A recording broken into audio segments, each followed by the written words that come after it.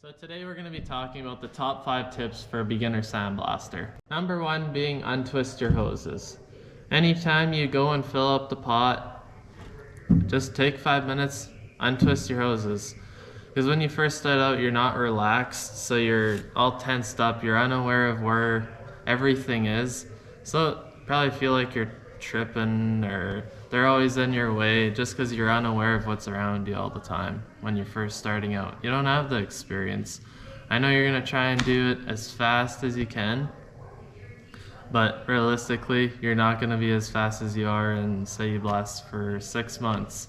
It's just you don't have the experience. Eventually, you're going to pick up on some tips and tricks and get faster.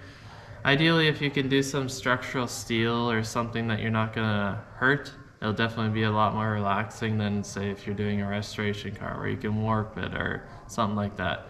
But sometimes you just can't pick the first job you're doing. Also, if it seems like they're really tangled up, just stop, untwist them, takes probably 1 to 2 minutes, and then carry on. Like, it's not worth tripping over and falling just to try and get more done. 1 or 2 minutes isn't even going to make a difference. Number 2 being rebound and looking past what you're blasting.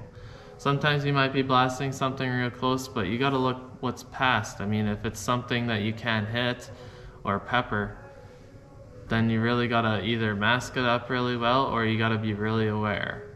And it happens faster than you think. I always try and treat it, it's like the end of a gun. You shouldn't be pointing it everywhere. You have to really watch what you're doing with it. It's like when you're hunting an animal, you have to look past what you're hunting. If there's a house right behind, obviously you can't shoot there. So it's kind of like that with a blaster. You could be blasting something, but if there's, say, a truck cab or windows or something that that's not getting blasted, then you either have to mask it up in precaution for that, or you really have to watch what you're doing. Obviously, if you can do something that's not like that for your first time or for the first few months, that'd be ideal, but sometimes you don't get to pick the job that you're doing. Third being, turn down the pressure. You're not going to be the fastest to begin with anyway, so you may as well do it till you're comfortable at that pressure. Then when you feel more comfortable, turn it up a little by little. Then you won't even notice the difference, and before you know it, you'll be where you're at maximum pressure that you're going to be running for. It's way better than damaging something or taking something out that's going to cost you money.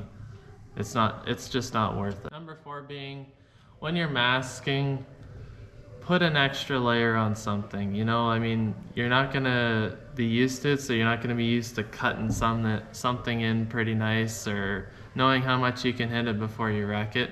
Just take the extra time, mask it up a little bit more, give it an extra layer of duct tape. It's okay to over prep and then not need it, rather than, well, now it's going to cost me more money for this, or I imagine your boss isn't going to be very happy if you take out a window and you could have just set up a couple pieces of plywood and it would have prevented it all.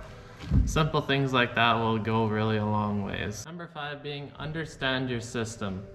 Whether it's valves or just how air flows, or as simple as, I always get my guys or myself, we always check these gaskets every day. This is a new one, but yeah. Check them every day. It's really a super easy task. Understanding what a hot valve is and a cold valve. I mean, you should have the air shut off when you're gonna do any repairs regardless, but you should still understand how it works. Say a valve is frozen or something, you're gonna have to work with it hot to make sure it's working and to make it bust free once you heat it up, or whatever kind of case you do to get, maybe you're pulling it apart, then you will have to shut it off. But usually if it's frozen, you can usually heat it up and then your problem will go away. But you want to know, and you need to understand where you need to be putting heat in order to get it unfrozen.